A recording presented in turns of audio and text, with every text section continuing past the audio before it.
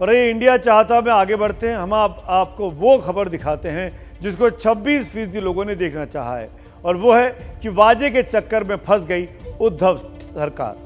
गुनाह कर दरिया में डाल, कुछ ऐसी रणनीति सचिन वाजे की रही है। एनआईए की जांच में सामने आ रहा है कि सचिन वाजे सबूत मिटाने के लिए नदियों और समुद्र पर यकीन करता था। उसे लगता था कि जैसे पानी में उसके सारे पाप धुल जाएंगे, लेकिन अब नदियां और समुद्र उसके छिपाए गए सबूतों को बाहर उगल रहे हैं। एनआईए की छानबीन में मीठी नदी से मिले हैं 2 नंबर प्लेट, एक पूरा सीपीयू, एक टूटा हुआ सीपीयू, एक प्रिंटर, एक लैपटॉप, एक USB wire mobile phone cover, cartridge, 2 hard disk.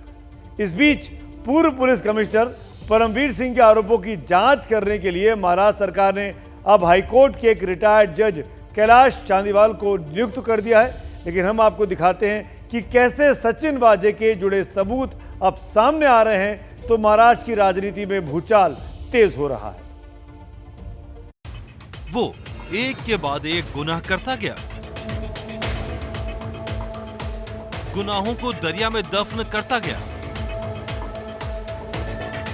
ये सोचकर कि राज खत्म हुए, और फिर एक दिन दरिया ने सबूत उगल दिए।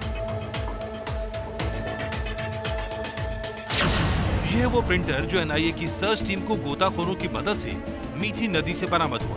3.5 घंटे चले ऑपरेशन के बाद नदी ने ऐसे कई राज उगले हैं जो सचिन वाजे की मुसीबत बनने वाले हैं। नदी से मिले इन उपकरणों को फॉरेंसिक जांच के लिए भेजा गया है। नदी से मिली नंबर प्लेट ने सुराग की एक कड़ी और जोड़ दी है। औरंगाबाद के रहने वाले विजय नाडे ने दावा किया है कि मीठी नदी से मिली नंबर प्लेट उनकी चोरी हुई इको गाड़ी की है, जो 16 नवंबर 2020 को चोरी हुई थी। पण ती मी सांगू इच्छितो की माझी गाडी 16 नोव्हेंबर 2020ला ही माझ्या घरासमोरून माझ्या असं इथं मी जिथं उभा त्या साईडला तिथं माझी इथून चोरीला गेलेली गाडी। अब सवाल यह है, क्या ये योजना और भी पहले बुनी गई? क्या योजना के तहत कारें चुराई गई? मनसुख हिरेन का शव 5 मार्च को मुंब्रा के रेती बंदर की खाड़ी से मिला था। शव ये सोचकर फेंका गया कि हाई टाइड के समय दरिया में बह जाएगा, लेकिन समुद्र ने शव उगल दिया और वाजे गैंग का पाप सामने आ गया। मनसुख मर्डर केस में ही विनायक शिंदे और नरेश गोरे को एनआईए अदालत में पेश किया गया, जहां से उन्हें 7 अप्रैल तक एनआईए हिरासत में भेज दिया गया। अब सामने आ रहा है कि मनसुख ने वाजे के कहने पर ही स्कॉर्पियो गाड़ी चोरी की झूठी शिकायत दर्ज कराई थी, लेकिन क्यों? इसका जवाब मिलना भी बाकी है, जो एनआईए वाजे और विनायक से पूछने की कोशिश कर रही है। इस बीच सचिन वाजे की एक और महंगी गाड़ी आउटलैंडर मुंबई के कामोठे इलाके की एक सोसाइटी में खड़ी मिली। सोसाइटी के लोगों ने अनजान गाड़ी की खबर पुलिस को दी। बाद में पता चला कि गाड़ी भी सचिन वाजे के नाम पर है। वाजे के गुनाह सामने आ रहे हैं तो शिवसेना की मुश्किलें बढ़ती जा रही हैं। कुछ दिन पहले तक शिवसेना नेता संजय राउत वाजे का बचाव कर रहे थे, अब उन्होंने पलटी मार दी। बीजेपी मुद्दे पर हमलावर है। अधिकार जिस प्रकार से देने की कोशिश हो रही थी या देना चाहते थे, मुझे लगता था ये ठीक नहीं है। मुझे लगता है व्यक्तिगत तौर पर कि थोड़ा कुछ गलत हो रहा है या उससे हमको आने वाले दिनों में तकलीफ हो सकती है।